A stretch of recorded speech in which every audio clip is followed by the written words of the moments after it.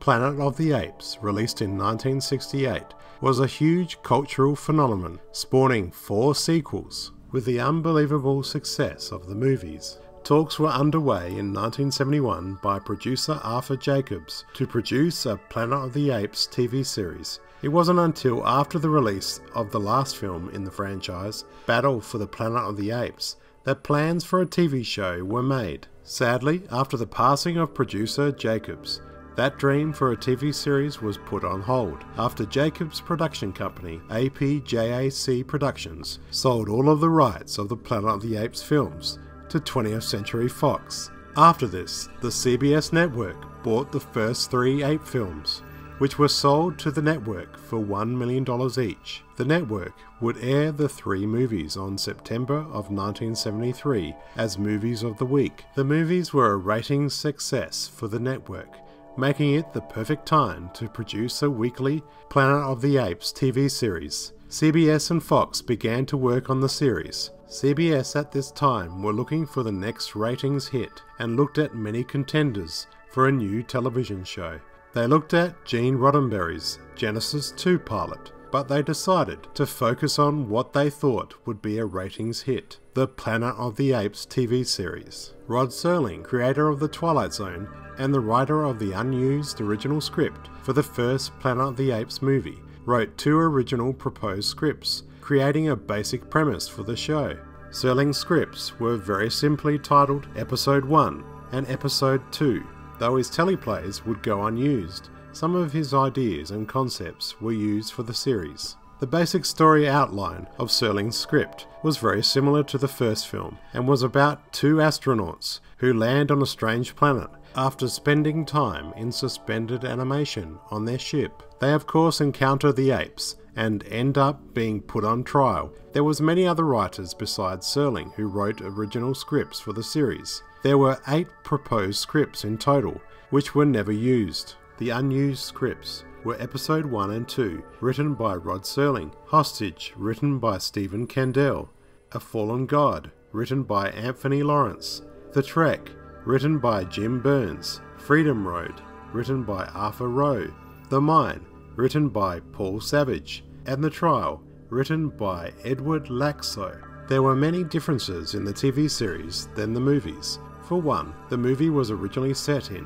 what used to be New York City, but the television version is set in the future California after a nuclear war, and the series takes place in 3085, roughly 1,000 years after the events of Battle for the Planet of the Apes. And the humans can talk in the future, unlike the movies, where humans are mute. 8 of the 14 teleplays would eventually be turned into 4 paperback novels during the run of the series. For the 2 astronauts, Colonel Alan Verdon and Major Pete Bergs, over 53 actors auditioned. Actor James Franciscus, who played Brent in Beneath the Planet of the Apes, was offered the role of Colonel Verdon, but turned it down. Actors like Mark Singer, who starred in the sci-fi series V in the 1980s, tried out for the part. Even Bruce Jenner would audition. The role of Colonel Verdon would eventually be filled by Ron Harper. James Norton was cast as Major Peter Burke. Kind of became the fugitive, you know. Each week we were caught and then we escaped. That's basically what each show is about. And I think that television frequently winds up in a kind of a formulaic role. Who's the bad guy of the week and how are you going to escape from that? Planet of the Apes regular and favourite Roddy McDowall, who played Cornelius and Caesar in the Planet of the Apes films, was cast as Galen, and McDowall would play in all of the 14 episodes of the series as another sympathetic chimpanzee who is sent by Dr. Zaius and Urko to ensure the safety of the 2 astronauts who crash-landed. The series is different, number one, because the central character, Galen, is an entirely different individual, Indi-chimp, on a series of different adventures. All the attributes of Galen were certainly ones that, as a human being, I would be happy to embrace and only wish I could be. So it was a wonderful skin to be inside.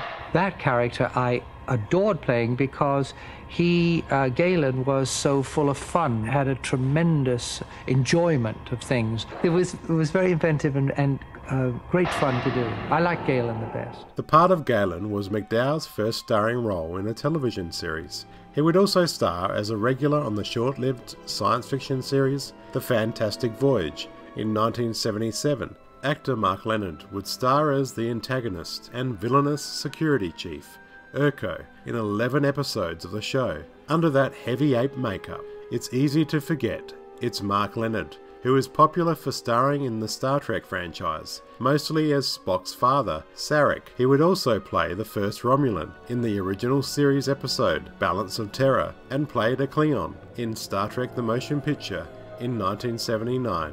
Booth Coleman would star as Dr. Zaius in 6 episodes. Interesting to note that the original costume worn by Maurice Evans, who played Dr. Zaius in the first 2 Planet of the Apes movies, was worn by Coleman in the series. Coleman was also part of Maurice Evans' acting company.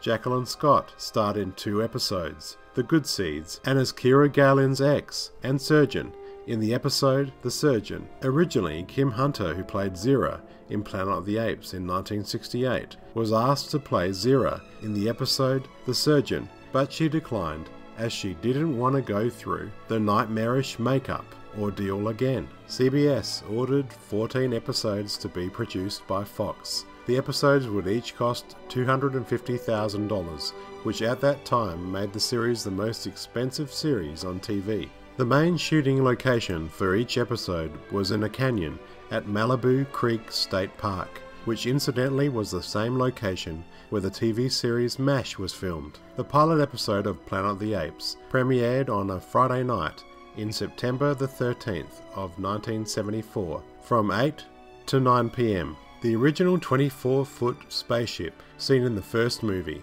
appears for the very last time in the pilot episode. Partway through the series' run, ratings were very low and the show was failing to attract viewers. As a last resort, the network asked Gene Roddenberry to come in to look over the production and give them advice how to improve the series. He was even asked to use his Star Trek original series special effects crew to give the show that epic look.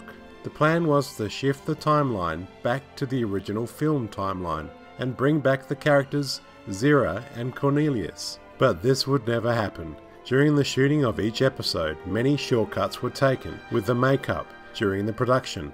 This was probably to cut down on time. In some episodes, it was very obvious that shortcuts were taken in applying the makeup. The guest stars would be given a more detailed makeup look, while Roddy McDowell's makeup was not as detailed. Interesting to note that McDowell would often complain about the hand makeup, which he would call hand toupees, which were very painful to remove from the hand. The series' main theme was composed by Lalo Schifrin, who would score 3 episodes of the series: Escape from Tomorrow, The Gladiators, and The Good Seeds. Schifrin was known for scoring the music for the action films Bullet in 1968 and Dirty Harry in 1971. Earl Hagen would also score some episodes, while additional scores were composed by Lionel Newman. In the UK, where the show found its biggest success, 3 hardcover annuals were published and were original stories about Verdon, Burke and Galen.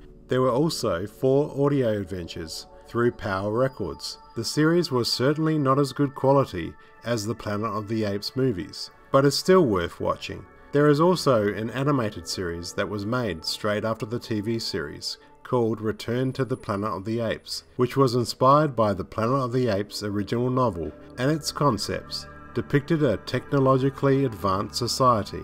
The Planet of the Apes TV series was short-lived, but had many great moments. Planet of the Apes is certainly a franchise I love and enjoy. My name's Jonathan. Thanks for watching. If you enjoyed this video and like what you see on my channel, please subscribe, and if you would like to become a patron on my Patreon, click on the link below.